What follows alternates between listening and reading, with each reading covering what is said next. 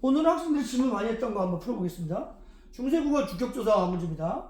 중세국어는 자음이 오면 동그라미가 오고 모음이 오면 짝대기가 오고 모음이나 반모음이가 오면 이미 이가 있잖아요. 그래서 영형태가 옵니다. 즉 형태가 없다는 아무것도 안 쓴다 그런 뜻입니다. 여기서 학생들이 뭘 궁금하냐면 이거에 헷갈린다는 거야.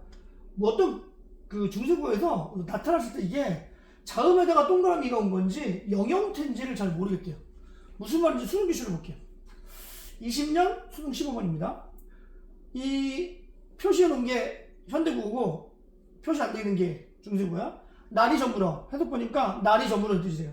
그럼 이거죠. 날이 저물어. 밑에 내해 달이 없도다 해석 보니까 개천에 다리가 없도다. 이거 볼게요. 다리. 두 개를 얘기하는 거야.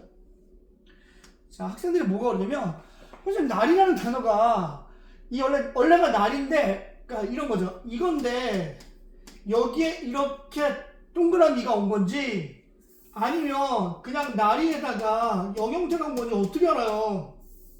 충분히 어려울 것 같아요. 해석 보고 푸는 거야. 해석 보고.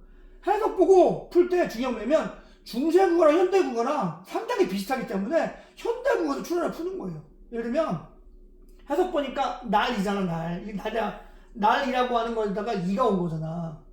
그러면 이 날이라는 단어가 중세국어 때는 해보세요. 이 날이 현대국어잖아. 중세국어 때 날이라고 쓰였을까? 날이라고 쓰였을까?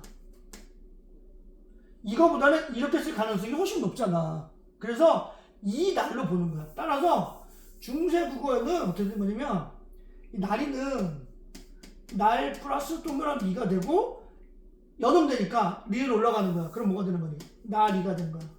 그래서 이거는 몇 번째 패턴인 거야? 기억이 되는 거지. 기억 패턴의 사례가 되는 거야. 어떻게 알겠지? 두 번째 거 볼게요. 내해 다리, 개천에 다리가 없다. 다리가 없대요. 현대국어의 다리야. 현대국어의 다리가 중세국어에서 봐. 리을이 밑으로 내려온 거야. 달. 이렇게 쓰였겠냐? 아니면 다리가 이렇게 쓰였겠냐는 거야. 역시 현대국어를 그저 보냈잖아. 현대국어하고 이게 비슷하잖아. 그럼 이게 맞다고 보는 거야. 따라서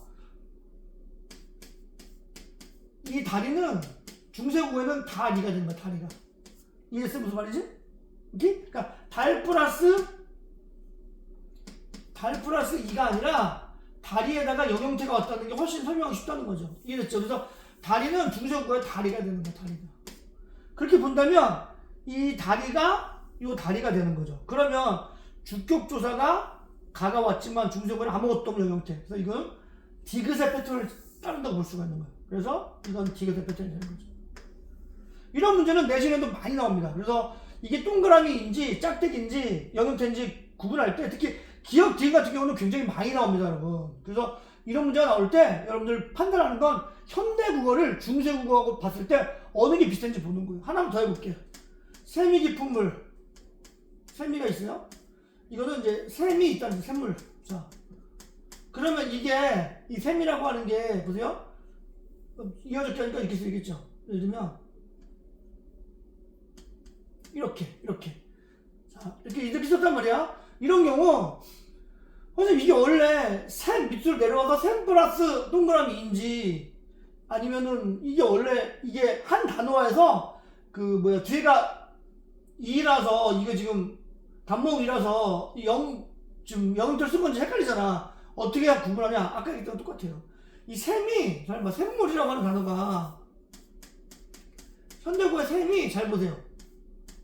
이 단어 쓸 가능성하고 이렇게 쓸 가능성 어느 게 더 자연스러워요? 이게 훨씬 자연스럽죠. 지금 한 단어 한 글자잖아. 샘. 그래서 이거를 보는 거야. 따라서 샘이 깊은 물은 어떻게 되는 거냐면 잘 해볼게요.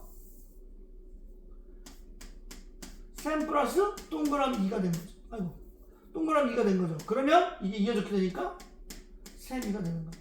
따라서 이것도 역시 기억의 하나가 사례가 되는 거죠. 이렇게 풀면 되겠습니다.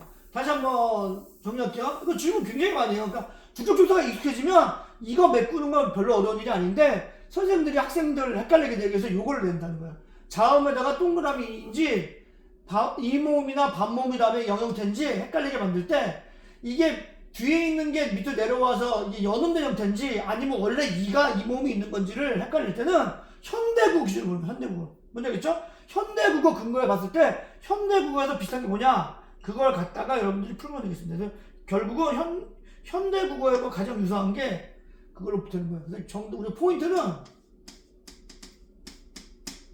이런 경우 현대국어와 비교하라는 거예요. 현대국어와 비교해서 어느 것이 유사하냐 그걸 풀면 된다는 겁니다.